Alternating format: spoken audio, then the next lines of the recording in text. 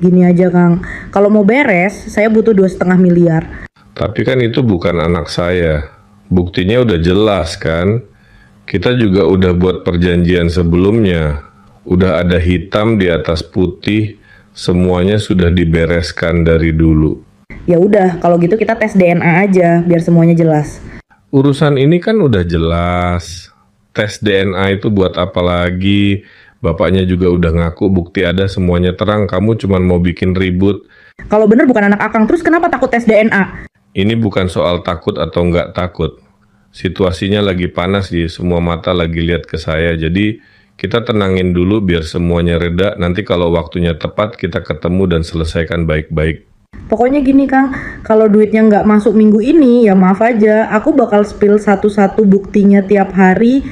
Ini udah pemerasan namanya. Kamu main ancam, main tekan, ini nggak bener. Ih, masa bodoh lah.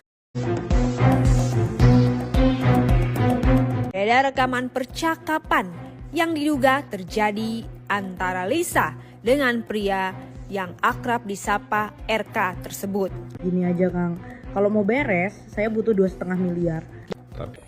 Salam subuh dari kediaman Hotman Paris. Heboh di medsos tentang dugaan adanya hubungan cinta antara RK dan si cewek.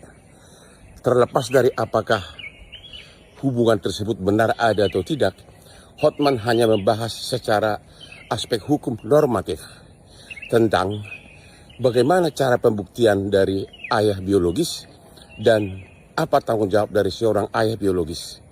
Pertama, secara pidana, seorang ayah biologis dalam hubungan cinta mau sama mau tidak bisa diproses secara pidana, ya, karena hubungan mau sama mau. Dan secara pidana juga polisi tidak bisa diminta untuk melakukan tes DNA. Jadi lupakan aspek pidananya. Sekarang aspek perdata. Dari segi perdata, undang-undang perkawinan tidak bisa diterapkan karena belum ada pernikahan. Satu-satunya yang bisa dipakai adalah pasal 1365 KUH Perdata tentang PMH, perbuatan melawan hukum. Itu pun tidak bisa disebutkan minta tanggung jawab sebagai dari seorang ayah biologis karena belum ada bukti bahwa anak itu adalah ayahnya adalah si cowok itu. Jadi gugatannya akan bertele-tele. Pertama harus dilakukan adalah gugatan perdata perbuatan melawan hukum untuk meminta si cowok melakukan tes DNA. Karena tes DNA tanpa perintah pengadilan itu tidak bisa seseorang dipaksa untuk melakukan tes DNA. Itu pun agar gugatan perdata seperti itu efektif harus ditulis satu, memerintahkan si cowok melakukan tes DNA dengan sanksi. Apabila tidak mau, penalti misalnya 1 miliar sehari. Sesudah itu menang, terbukti bahwa dia adalah ayah biologis, barulah gugatan perdata tentang tanggung jawab keuangan sebagai seorang ayah biologis terpaksa harus gugat perdata lagi. Jadi harus ada 2 gugatan. Pertama, gugatan sebagai pembuktian sebagai ayah biologis, di mana memerlukan perintah pengadilan untuk melakukan tes DNA. Sesudah itu menang, baru gugatan perdata tentang tanggung jawab keuangan dari seorang ayah biologis. Bisa bertahun-tahun prosesnya. Bisa bertahun-tahun. Jadi satu-satunya yang paling efektif dilakukan oleh si cewek adalah melakukan tekanan-tekanan melalui media agar si cowok akhirnya mau berdamai. Salam Hotman Paris, salam subuh. Akan ngebahas kasus ini secara netral, tidak ada keberpihakan. Yang pasti gue tidak mendukung dengan perselingkuhan ya. Di sini udah stop bercandanya. Gue juga menampilkan foto-foto si Lisa yang sekarang itu bukan untuk kalian body shaming, tetapi mempertegas ada apa dengan orang ini. Apakah dia depres atau bagaimana? Yang pasti dalam kacamata gue, dua-dua ini melakukan kesalahan. Kenapa? Gue tidak tahu apakah ada dugaan affair yang sesungguhnya, tapi kalau gue melihat dengan kacamata gue sendiri dan menganalisa, ini ada affair. Ini sekedar asumsi dari gue. Diduga ada affair dan keberlanjutannya gue nggak pernah tahu apa, karena kalau gue simpulkan kembali telah terjadi ada yang menemani USG, ada surat perjanjian yang dikatakan nggak tahu apa bentuknya, lalu diduga ada sejumlah uang yang diberikan sebagai kompensasi begitu. Artinya dari urutan itulah kemudian gue berpikir kalau ini diduga ada affair. Jadi menurut gue siapa losernya di sini? Tetap lelaki.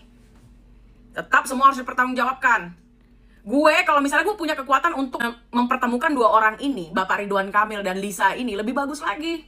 Ya kan? Apalagi dua-dua punya kesamaan untuk siap dites DNA dengan pengawalan yang netral. Kalau perlu gue ikut mengawal kasus ini. Kan boleh-boleh aja.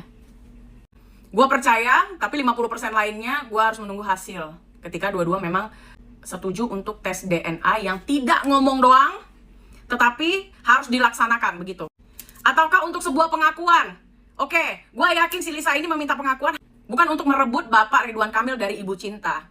Tetapi tetap ya, ingat ya, segala perbuatan ada konsekuensinya. Konsekuensi dari Lisa maupun Bapak Ridwan Kamil sendiri. Jadi ini mau lebaran, semoga nanti setelah lebaran kita mendapatkan titik temu dari kedua belah pihak ini. Tidak bisa kita membela Ridwan Kamil, tidak bisa kita membela Lisa lalu memojokkan dia saja, tidak bisa juga. Pakailah akal kalian dan nurani kalian ya. Tapi untuk kepercayaan gue 50% terhadap Pak Ridwan Kamil dan 50% terhadap Lisa. Tidak ada yang 100% gue yakini di sini sebelum tes DNA itu terjadi, ya. Karena banyak kejanggalan daripada bukti-bukti yang berseliweran. Terima kasih, selamat berlebaran untuk kalian, selamat masak-masak untuk besok. Mohon maaf lahir dan batin. Satu-satunya jalan tes DNA dilakukan secara benar dan terpercaya. Di luar pernikahan tentunya nggak boleh lah ya, ada hukumannya tuh. Dan jelas di sini melanggar Kitab Undang-Undang Hukum Pidana, perzinahan ya, di luar pernikahan. Iya, karena kalau yang namanya sudah dikatakan bahwa itu anaknya, ya di situ melekat tanggung jawab seorang ayah untuk bisa menafkahi anaknya, itu pertama. Ya. Kenapa harus berdamai kalau tidak mengakui kan gitu? Jadi jelas di sini ada sebab dan akibat ya. Jadi segala sesuatu yang viral dibuktikan dengan kebohongan, tentu ini ada ancaman hukumannya. Yang jelas undang-undang perzinahan itu jelas, ya kan? Ancaman hukumannya juga ada, ya walaupun di bawah 5 tahun. Iya, kalau adanya satu peristiwa ya, di mana adanya satu persetubuhan dua belah pihak ya, itu laki dan perempuan tanpa diikat perkawinan, ini kan jelas nih bahwa terjadinya anak lahir di luar daripada perkawinan. Ini sudah melanggar undang-undang tentunya seperti itu. Yang pertama itu adalah adanya satu perzinahan di luar ikatan pernikahan. Nah, jelas di sini ada hukuman pidananya, jelas. Yang kedua adalah apabila nanti dibuktikan ya di tes DNA di laboratorium forensik bisa melakukan, dilapor ya, atau di rumah sakit yang memang benar-benar ditunjuk untuk bisa melakukan tes DNA terhadap bayi ataupun anak yang bisa dibuktikan oleh orang tuanya itu siapa nantinya. Nah nanti itu bisa dibuktikan. Nah jelas ini simpel sekali. Yang pertama dibuktikan, terbukti siapa bapaknya itu. Yang kedua bagaimana pertanggungjawabannya kan itu. Karena jelas-jelas di sini harus bertanggung jawab untuk menafkahi anaknya ya sampai anaknya dewasa. Itu yang terpenting. Yang kedua adalah kalau jelas di sini benar, maka ya yang dituduhkan kepada RK itu di media sosial itu benar, kan seperti itu. Tapi kalau tidak, tandanya ada fitnah di sini nih terhadap LM ini. Nah ini kan pembuktiannya aja harus cepat. Karena kalau enggak ini jadi berkembang.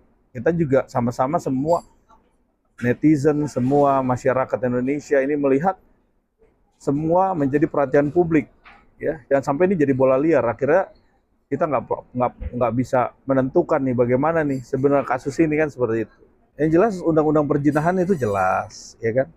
Ancaman hukumannya juga ada, ya walaupun di bawah 5 tahun, ya kan. Terus nanti kalau anaknya itu tidak dinafkahi itu juga ada penelantaran anak.